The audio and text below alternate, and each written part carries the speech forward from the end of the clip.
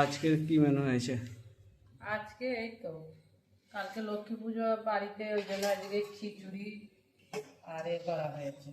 নিরামিষ খিচুড়ি। নিরামিষ খিচুড়ি বলতে তোরা তো মাছ মাংস ডিমটাকেই আমিষ ভাবিস, তোরা তো পেঁয়াজ না হলে খাবি না। আর দেখ আমি খিচুড়ির মধ্যেই সব সবজি দিয়েছি, কুমড়ো, আলু, তরুলি, বরবটি, আর আলাদা করে ল্যাবড়ার দরকার হবে না।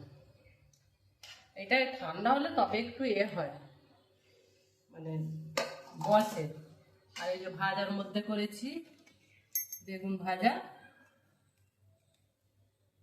একটাই বেগুন ছিল। আর তোরা বলেছিস আলু সিদ্ধ না করে পাতলা পাতলা করে ভাজবে, এই পাতলা পাতলা করে ভেজেছি।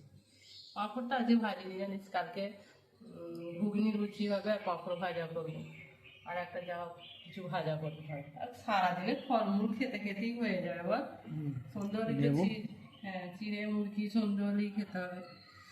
আর সন্ধ্যেবেলা তো আর কেউ ওইসবের দিকে ধার ধারবে না। নিরামিষ বলতে এইরকম নিরামিষ, পেঁয়াজ রসুন খেয়ে নিরামিষ।